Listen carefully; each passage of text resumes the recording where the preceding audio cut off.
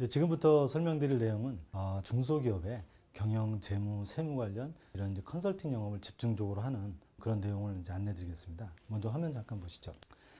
제가 집중을 했던 분야가 이 CEO를 위한 절세 전략과 사업 승계입니다. 중소기업의 오너들이 평생을 회사를 일구어 오다 보니까 정작 본인들이 은퇴할 때가 도래하니까 세금이 가장 큰 문제입니다. 베이비 부머 세대라고 들어보셨을 겁니다. 이제 해당되시는 분들도 계시겠습니다만 그 50세 전후로 해서 은퇴가 이미 이제 국내는 끝났죠. 그런데 창업주들이요. 회사 소유를 하고 있는 창업주들은 지금부터 시작입니다. 그런데 이분들이 실제 이제 은퇴를 하다 보니까 우리나라 상속증여세가 전 세계 최고입니다. 50%입니다. 그리고 우리나라 중소기업은 상속에 대한 부분이 가장 심각합니다. 특히 전문 인력들도 없고요. 또 실물자산 위주로 구성이 되어 있습니다.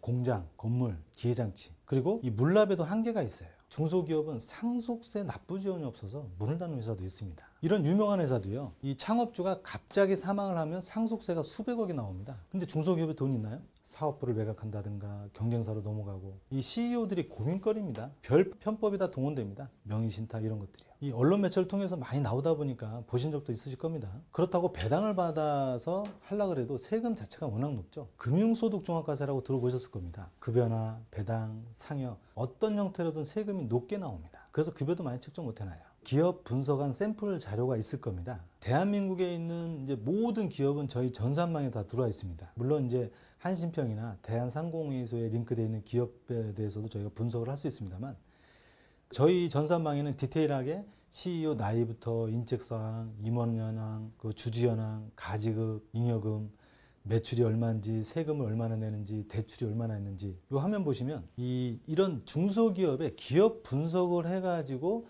이 종합적인 세무진단부터 경영권, 소유권, 승계작업 이런 경영, 재무, 세무 관련 컨설팅을 저희가 집중적으로 해드리죠. 근데 핵심은 여기에 있습니다. 우리나라 중소기업에 100만 개 사업장이 있는데요. 대부분 86%가 가족 중심으로 되어 있는 조그마한 50명 미만 중소기업이 대부분이죠. 그런데 이 조그마한 중소기업은 가족 중심으로 되어 있다 보니까 지분이 전부 50%가 초과가 됩니다. 일반 법인은 30% 가산세가 붙어요. 그래서 회사 가치를 평가를 하면 굉장히 높게 나오는 거죠. 그러면 그거에 대해서 세금이 나오거든요. 근데 중소기업은 그런 게 예측이 안 돼 있고요. 특히 사업 자산에 대해서는 순자산 가치로 평가가 되다 보니까 굉장히 높게 나오죠. 또한 직전 상계년도 기업 가치 분석을 평가를 해보면 회사 가치가 굉장히 커져 있습니다. 그리고요, 창업주가 사망을 하게 되면 회사 사업 자산뿐만이 아니라 개인 자산까지도 한꺼번에 상속세가 나옵니다. 현 시점의 상속세가 수십억이라면 CEO가 은퇴하는 10년 이후, 20년 이후 시점엔 세금만, 상속세만 수백억이 나옵니다. 그러다 보니까 중소기업은 상속세 납부 지원이 없는 거죠. CEO가 지분 83% 가지고 있는데 현 시점에 경영 2세한테 물려주려고 했을 때 증여세가 51억이지만 10년 이후, 20년 이후 시점에 기업을 승계하려고 하다 보니까 수백억대로 늘어날 수밖에 없는 게 이게 세금의 구조입니다. 회사가요, 처음에 설립할 때 500원, 5,000원, 만원짜리 주식이 기업 평가를 하면은 수만 원대로 늘어납니다. 그리고 가족 중심으로 되어 있다 보니까 최대 주주 할증 과세되죠. 수만 원대로 또 늘어나죠. CEO가 은퇴하는 10년 이후 시점에는 이 주식 가치가 주당 수십만 원대로 늘어나다 보니까 실제 은퇴하는 시점에 기업 상속, 승계 자금 수백억대로 늘어날 수밖에 없는 게 이 중소기업의 구조입니다. 근데 중소기업은 돈이 없습니다. 예측도 안 돼 있고. 그래서 저희가 중소기업에 디테일하게 이런 기업 분석을 통해서 각종 세무, 재무, 또 현 시점, 미래 시점 이런 것들을 상속세 납부제와 기업 승계 자금을 확보해주는 그런 컨설팅을 해줍니다. 세무사 회계사들은 당해년도에 발생한 세무 항목을 조정해서 역할을 하기 때문에 저희 영역하고는 틀립니다. 이 중소기업의 오너들은 배당도 많이 안 가져갑니다. 왜요? 세금이 높죠. 38.5%입니다. 그러다 보니까 잉여금으로 쌓아놓을 수밖에 없다 보니까 은퇴할 때쯤 되면 세금이 한꺼번에 과세됩니다. 급여도 많이 책정 못 해놓습니다. 급여나 배당 전부 이 8,800의 소득이 넘어가면 38.5%죠. 배당도 마찬가지입니다. 6억당 거의 2억 돈이 세금입니다. 그런데 퇴직소득세로 인정을 받게 되면 세금이 6억당 5천만 원 미만 나옵니다. 퇴직소득세로 인정을 받아서 세금을 70% 정도 줄일 수가 있거든요. 그게 요겁니다. 법인세법 시행령에 나와 있는 법률 규정입니다. 회사 정관 아시죠? 정관이요. 자, 의무적으로 설립하게 돼 있죠. 이 정관에다가 임원들에 관련된 퇴직 1호금 지급 규정을 만들어 놓게 되면 세금이 퇴직소득세로 인정받아서 세금이 70% 정도 줄어드는 거죠. 38.5%가 아니라 6% 정도밖에 안 나옵니다. 그리고 기업은 법인세를 납입하죠. 이 3번 조항이 법인세를 줄일 수 있는 항목입니다. 이런 법률 규정으로 인해서 법인세와 퇴직소득세 이 두 가지 세금을 줄일 수가 있는데 중소기업은 이런 정비가 잘 안 돼 있습니다. 이런 법률 규정이요. 올해는 법이 바뀌어가지고요. 법인의 임원들은 퇴직금 계산 방식이 바뀌었습니다. 샘플이 요겁니다. 회사 임원별로 직급별로 이런 배수 규정을 두는 겁니다. 그래서 요 범위 안에 들어오게 되면 방금 말씀드린 대로 퇴직소득세로 인정받는 거죠. 요거는 주총 이사회 결의를 통해서 어차피 가족 중심이잖아요. 그리고 임원 퇴직 1호금 지급 규정을 만들어 놓게 되면 아까 말씀드린 대로 퇴직소득세로 인정받는 거죠. 근데 이런 게 전혀 안 돼 있습니다. 저희가 이런 공증작업까지 완벽하게 해가지고 이런 법률적으로 제도도 도입해 주지만 아까 기업 분석 평가한 거와 맞물려서 중소기업의 세무, 재무 또는 이 금융상품, 기업 승계 자금을 마련하는 종합적인 컨설팅을 저해주는 겁니다. 올해는 임원의 그 퇴직금 계산 방식이 바뀌었습니다. 퇴직 직전 3년치로 바뀌었고요. 평균 임금의 10분의 1이죠. 종업원들은 12분의 1이었죠. 그리고 좀 전에 말씀드린 임원 퇴직 1호금 지급 규정 배수 규정을 만들어 가지고 이 정관 작업을 하는 겁니다. 그러면 세금이 많이 줄어들죠. 그리고 근속연수를 곱해 가지고 이 거액이 자금을 중소기업은 퇴직소득세로 인정받을 수 있습니다. 그런데 저희가 중소기업에 컨설팅하는 과정에서 회사도 하게끔 유도를 합니다. 아까도 말씀드렸듯이 이 50세 전후로 해서 베이비부머 세대 은퇴는 이미 끝났습니다. 하지만 이 CEO분들이요. 우리나라 100만 개 사업장 중에 대부분 중소기업에 근무하시는 CEO분들은 60세에서 70세까지 근무를 하시죠. 본인 회사니까요. 그리고 이분들은 소유를 하고 있습니다. 근데 이분들은 이제 앞으로 10년, 20년 창업주의 은퇴 시장은 기하급수적으로 늘어날 겁니다. CEO들이 은퇴할 때 은퇴 자금으로 최소 10억 정도 필요로 합니다. 은퇴 이후에 골프도 치셔야 되고 여행도 다니셔야 되고 뭐 경조사도 참여하셔야 되고요. 그리고 조그마한 기업도 쉽게 준비하기가 힘드니까 1년에 1억, 월 1,000만 원씩 적립을 합니다. 근데 이 1,000만 원 적립을 회사 돈 가지고 하게끔 저희가 유도를 컨설팅을 하는 거죠. 기업이 10년 정도 기준으로 보험 가입을 한다라고 가정을 해보겠습니다. 보험이라는 것은 계약자, 수익자, 피보험자가 있죠. 계약자, 수익자를 회사가 회사 돈 가지고 한 달에 1,000만 원 납입을 합니다. 회사가 돈이 필요하면 언제든지 꺼내서 쓸 수 있는 회사 돈입니다. 자, 피보험자에는 반드시 CEO나 임원을 지정을 해야죠. 사람을 지정을 해야 보험 계약이 성립이 됩니다. 돈을 회사가 내고 회사가 받으니까 이게 기업보험입니다. 법인명이라고 합니다. 근데 보험이라는 건 초기 원금보다 낮죠. 일정 기간이 지나야 기하급수적으로 늘어납니다. 은행상품은요. 10년, 20년, 30년이 지나도 단리이자만 붙습니다. 그리고 외부에 공시를 하다 보니까 회사에 위기상황이 오게 되면 채권자를 보호할 수 있는 기능이 없습니다. 그런데 보험은요. 이자가 원금에 산입이 돼서 복리로 굴러갑니다. 초기에는 물론 원금보다 낮을 수 있어도 일정 기간이 지나면 기하급수적으로 늘어나죠. 이게 복리 효과고요. 그리고 보험은 외부의 공시 의무가 없습니다. 회사에 위기 상황이 오게 되면 채권자를 보호할 수 있는 기능이 굉장히 다양한데요. 그건 잠시 후에 설명을 드리고요.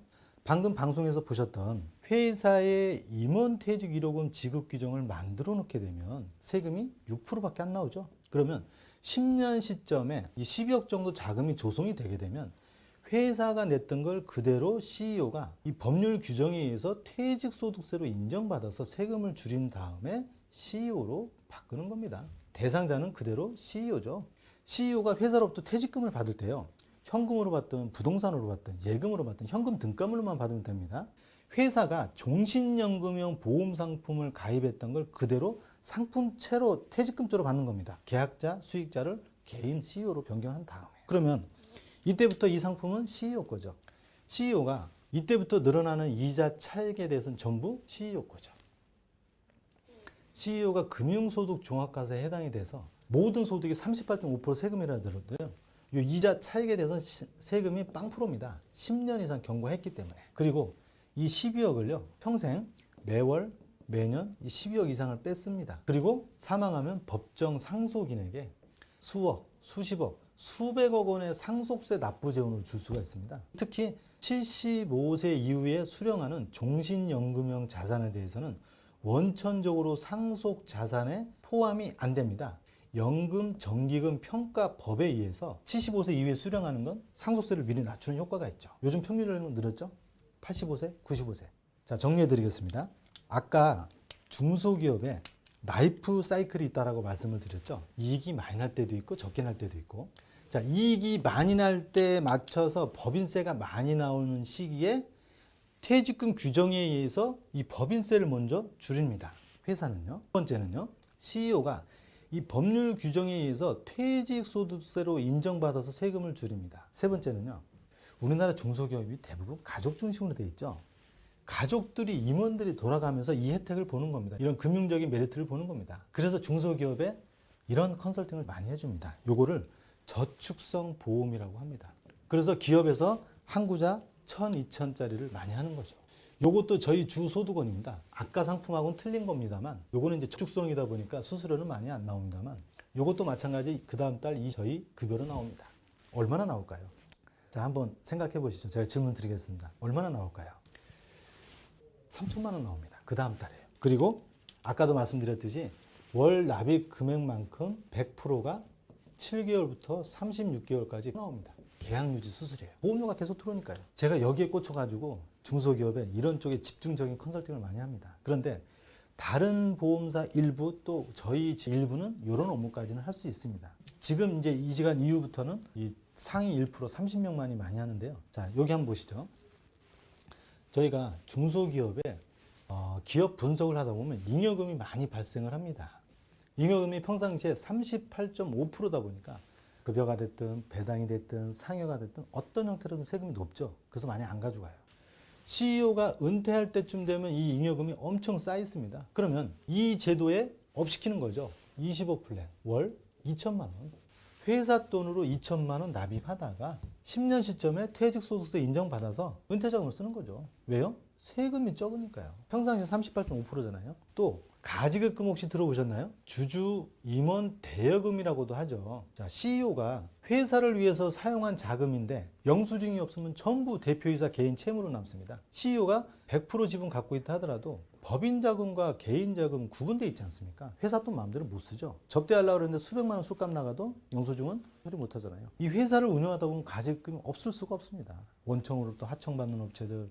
CEO들이 이거에 대한 고충이 굉장히 크세요. 갚기 전까지는 해마다 8에서 12% 인정이자가 매년 늘어납니다. 빚이에요. 언젠간 갚아야죠. 안 갚으면 어떻게 되죠? 횡령, 배임.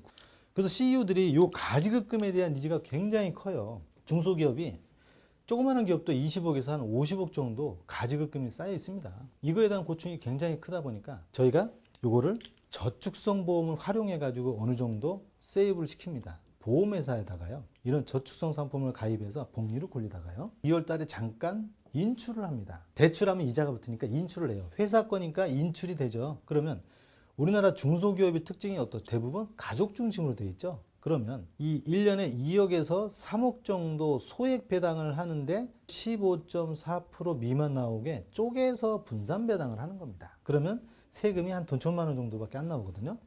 그럼 이 자금을 CEO가 근거 남겨놓고 이 가지급 변제 자금으로 털어버립니다. 그리고 인출했던 거 다시 원복시켜서 복리를 굴리다가요. 다음에 12월 가결산 나오면 기업체 방문해가지고 중도인출, 소액배당, 분산배당, 가지급 변제, 다시 원복해서 10년 동안 큰 금액은 아니지만 한 20, 30억 정도 세이브를 시켜드려요. 그리고 나머지 부족한 1, 20억, 2, 30억은 여기에다가 업시키는 거죠. 월 3천만 원. 자, CEO가 가지급이기 때문에 CEO 앞으로 잡아야겠죠. 그러면 은퇴하는 시점에 이걸 업시키는 겁니다. 회사 돈으로 이 3천만 원 납입을 합니다. 회사 돈으로요. 그럼 CEO가 은퇴할 때 퇴직소득세 인정받아서 CEO로 바꾼 다음에 일부 인출해서 가지급 털고 나머지는 이런 은퇴자금 쓰는 거죠.